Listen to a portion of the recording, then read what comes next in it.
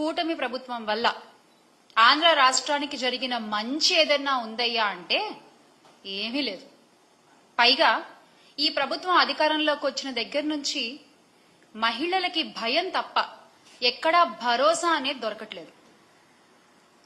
గత ఈ 8 నెలల్లో పంట పండించే రైతుకి భరోసా లేదు, ఇంట్లో ఉండే పిల్లలకి భరోసా లేదు, హాస్టల్లో ఉండి చదువుకునే పిల్లలకి భరోసా అసలే లేదు, నిరుద్యోగులకు భరోసా లేదు, మహిళలకు భరోసా మాన ప్రాణాలకి అసలు ఎక్కడా దొరకట్లేదు.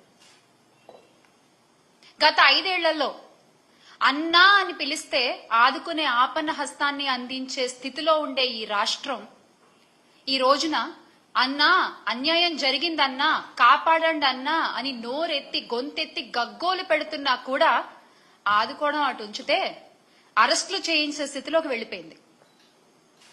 మొన్న తిరుపతిలో లక్ష్మి అనే ఆవిడ, మనందరికీ తెలుసు, జనసేన తిరుపతి ఇన్ఛార్జ్ అని చెప్పే కిరణ్ రాయల్ గారి వల్ల నాకు అన్యాయం జరిగింది, నాకు నయవంచన జరిగింది, నన్ను అతను వేధిస్తున్నాడు, నన్ను ఆదుకోండి అన్నా చంద్రబాబు నాయుడు గారు, పవన్ కళ్యాణ్ గారు అని అరిస్తే బయటకొచ్చి గొంతెత్తి అడిగితే కూటమి రాజకీయంతో పాటు పోలీసు వ్యవస్థ కూడా కలిసిపోయి ఆమెని జైలుకి పంపించే వరకు ఎవరు నిద్రపోలేదు.